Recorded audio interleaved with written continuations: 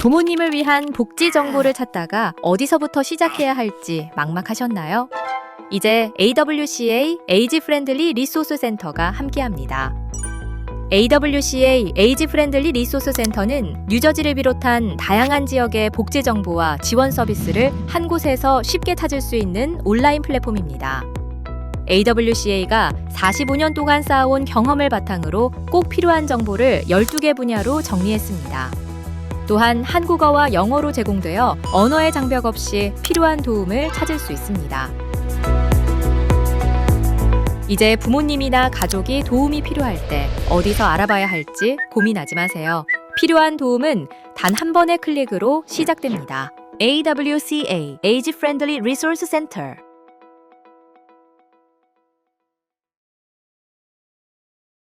이런 법을 놔두고 굳이 세이빙과 집을 아들, 딸에게 주어버리고 내가 메디케이드에서 롱텀 케어를 계획한다. 이거는 현명하지 않습니다. 물론 기본적으로 사는 주택 말고 그 인컴이 있는 커머셜 프로퍼티가 있다든지 또는 비즈니스가 있다든지 그렇게 되면은 그 비즈니스와 그 인컴 프로퍼티는 자손들에게 양도하는 거는 현명합니다. 또 그렇게 해야 되고요. 근데 그렇지 않고 기본적으로 프린시팔 레시덴트인 집 주택 가지고 있고 또 얼마 될지라도 적은 돈에 세이빙 가지고 이런 거는 굳이 트러스트에서 자손들 줄 필요가 없습니다. 그렇지 않고 본인들이 활용하면서 노후를 편안하게 살 수가 있는 겁니다.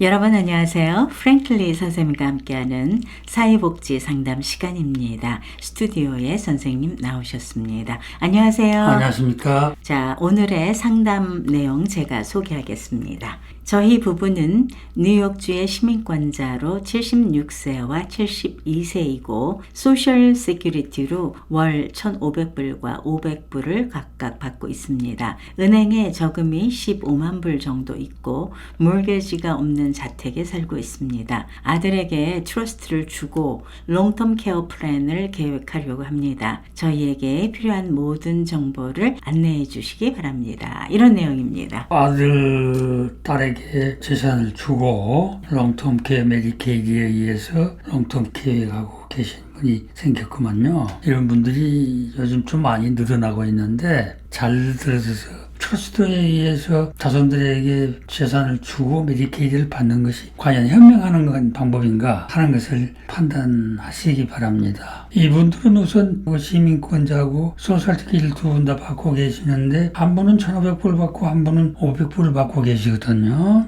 우선 제일 먼저 해야 할 게 소셜세큐리티는 적게 받은 쪽이 많이 받은 부부 중에 소셜세큐리티를 50%를 받을 수 있는 자격이 됩니다. 그래서 부인이 지금 500불 받고 있다고 하는 얘기는 자기 소셜세큐리티만 받고 있는 것 같아요. 소셜세큐리티 오피스에 가가지고 다시 남편 1,500불에 50%인 750불을 받는 걸로 해달라고 그러면은 높은 것을 받게 되어 있습니다. 네. 소셜세큐리티는 본인 거와 소셜세큐리티 높은 한쪽 부부의 소셜세큐리티 50% 중에 높은 것을 받게 되어 있으니까 바꾸면은 이분 750불을 받을 수가 있을 겁니다. 우선 그걸 바꾸는 것을 염두에 두시고요. 네. 그러면은 남편은 1,500불, 부인은 소셜세큐리티 750불을 받는 입장이 되고 은행에 15만 불 세이빙이 있구만요. 그 다음에 모르게지가 없는 집을 갖고 계십니다. 이럴 때 이제 아들들에게 트러스트를 주고 그러니까 아들에게 재산 양도를 해주고 롱텀 케어 메디케이드에 의해서 나중에 노후 케어를 계속 계획하고 있다. 지금 이런 얘기거든요. 그러면 지금 여기서 생각해야 할 거는 집을 아들에게 주고 또 은행에 있는 15만 불도 딸이나 아들에게 주고 그렇게 주고 소셜세큐리티만 받게 되면 그렇게 되면은 두 분은 1,500불, 750불 하게 되면은 2,250불밖에 안 되잖아요.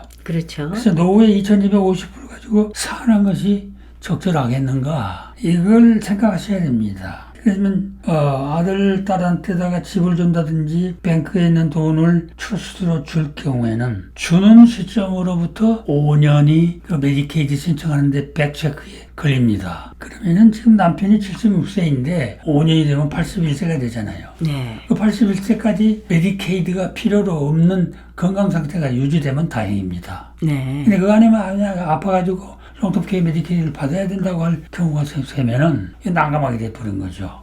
바이비 팩트에 걸려버리니까요. 우선 그런 점을 먼저 생각을 하시기 바랍니다. 그 다음에 아들들한테 그걸 주지 않고 현재 있는 그 세이빙 15만 불하고 집 밸류하고를 어떻게 활용하면서 노후를 케어할 수 있느냐 하는 걸 이제 생각을 하고 계획을 하셔야 됩니다. 우선 제일 먼저 중요한 거는요. 지금 미국의 법이 노후에 메디케이드를 받고 살 경우에는 부부에게 상호간에 혜택을 주는 법이 생겼는데 이 법이 지금 보편화되지 않아서 사람들이 모르고 있습니다. 법이 Spousal Impoverishment 룰인데요. 어떤 거냐 그러면은 두 분이 같이 살다가 한쪽이 양로원을 가게 되면은 자기 인컴을 다 가지고 가잖아요. 있는 세이빙 자산도 가지고 가게 돼 있습니다. 원칙적으로는요. 그렇게 되면은 커뮤니티에 남아있는 부부 중에 한 사람은 완전히 자기 개인 인컴만 가지고 가니까 극빈자가 돼버리는 경우가 많아요. 이런 경우가 아주 많기 때문에 그 극빈 상황을 예방하는 법을 만들어 놓은 겁니다. 그리고 메디케이드에 의해서 보조를 받을 수 있도록 두 가지 보조를 받는데요. 하나는 미니멈 생활보장액입니다. 미니멈 monthly maintenance need allowance라고 해가지고 MMMNAA인데 네. 미니멈 생활보장금이 얼마가 돼야 된다고 하는 그 보장이 메디케이드로부터 보장을 받게 됩니다. 근데 그 미니멈 보장 액수는 스테이트마다 다릅니다. 네. 이분들은 지금 뉴욕에 산다고 그랬죠. 뉴욕의 미니멈 먼슬리 메인테넌스 얼라우언스가 한 달에 4,066불입니다. 네. 그럼 보세요. 이 부인은 남편이 지금 저녁에 장쾌해가지고 양로원을 간다고 가정을 하면은 부인의 소설이 750불밖에 안 남잖아요. 그렇죠. 네. 그렇게 되면은 미니멈 먼슬리 메인테넌스 4,060불 채우기 위해서는 3,200불 메디케이드부터 보조를 받게 되는 겁니다.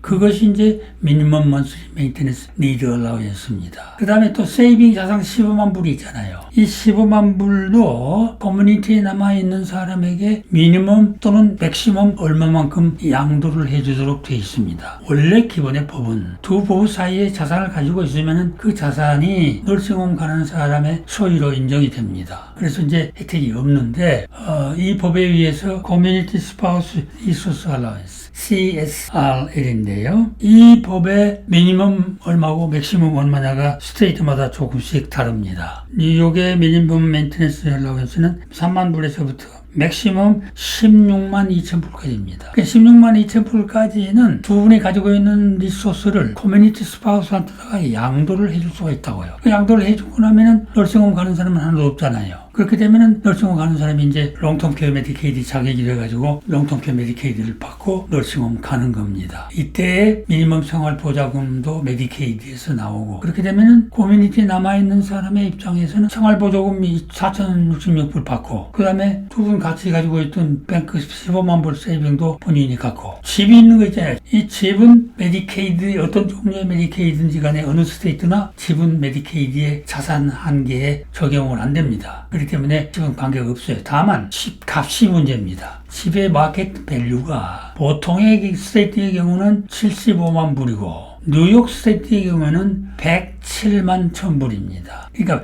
107만 1,000불 이상이 되는 집 가치면은 아예 메디케이드가 적용이 안 되는 겁니다. 네. 그러나 그 이하의 경우에는 메디케이드의 엘리지빌리티에 적용을 받지 않고 부인이 소유하고 살게 됩니다. 그러면 이제 부인이 만약에 107만 불 집이 값이 미만이란다면 부인은 집도 가지고 있고 15만 불도 갖고 세이빙 돈도요. 네. 그 다음에 생활비 4,066불도 메디케이드에서 보조받고 그런 상태에서 남편은 롱텀 케어 메디케이드에서 널싱홈 가는 겁니다. 그렇게 되면 두 분 다 편안하죠. 두 분 다 안전한 상황이 됩니다. 이런 개념으로 이 법이 지금 만들어져 있어요. 전국 스테이트마다 다 적용을 하고 있는데 다만 이렇게 하다가 이제 한 분이 돌아가시잖아요. 돌아가시게 되면은 메디케이드가 그 미니멈 메인테넌스 제공해 주는 거하고 또 널싱홈 경비 이런 거 다 해서 리커버리가 시작이 됩니다. 회수가 시작이 됩니다. 이럴 때 이제 부부 중에 한 분이 그 집에 살고 있으면은 그 사람이 살고 있는 한 그 집은 회수가 안 되는, 회수가 중단됩니다. 그렇기 때문에 부인이 살 수 있는 시간까지는 안심하고 살 수 있는 거예요. 네. 그러다가 이제 부인마저 돌아가신다. 그렇게 되면 이제 부인이 5일 유서를 남기든지 해가지고 메디케이드가 회수해가고 난 돈은 내가 죽으면은 메디케이드가 회수해가고 나간 나머지 돈은 너희들이 이제 유산으로 받으라. 이렇게 이제 유서를 남기면 깨끗하게 처리가 되는 거죠. 회수하고 돈이 남았을 경우에 그렇게 하는 거죠? 네, 그렇습니다. 그러니까 사시는 동안 아무 걱정 없이 두 분 다 살 수 있는 겁니다. 네. 그러니까 이런 법을 놔두고 굳이 세이빙과 집을 아들, 딸에게 주어버리고 내가 메디케이드에서 롱텀 케어를 계획한다. 이거는 현명하지 않습니다. 물론 기본적으로 사는 주택 말고 그 인컴이 있는 커머셜 프로퍼티가 있다든지 또는 비즈니스가 있다든지 그렇게 되면은 이제 그 비즈니스와 그 인컴 프로퍼티는 자손들에게 양도하는 거는 그 현명합니다. 또 그렇게 해야 되고요. 근데 그렇지 않고 기본적으로 프린시팔 레시던트인 집 자택 가지고 있고 또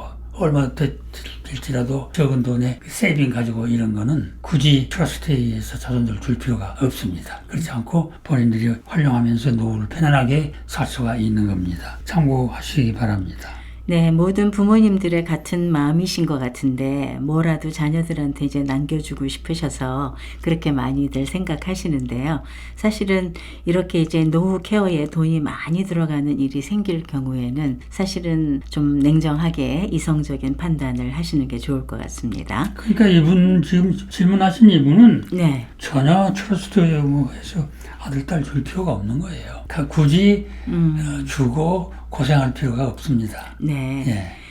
여기서 한 가지 트러스트를 이제 집을 주잖아요. 네. 그러면 이분들이 살고 있는 동안에는 아들한테 집이 가는 건 아니죠. 트러스트를 주면은 네. 살고 있어도 집 소유가 아들한테로 갑니다. 가는데 집에서는 계속 살 수 있는 거 아닙니까? 살 수는 있죠. 네. 네. 네, 그렇군요. 자, 여러분이 이렇게 사시면서 부딪히는 삶의 문제에 AWCA가 해답을 드리고 있습니다. AWCA는 뉴저지 버긴 카운티 티넥에 위치하고 있습니다. 매주 월요일에서 금요일까지 오픈하고 있습니다. 상담 예약 전화 201-862-1665입니다. 특별히 AWCA에서는 상담과 관련해서는 수수료 같은 거 받지 않고 있습니다. 선생님, 오늘도 좋은 말씀 감사합니다. 감사합니다.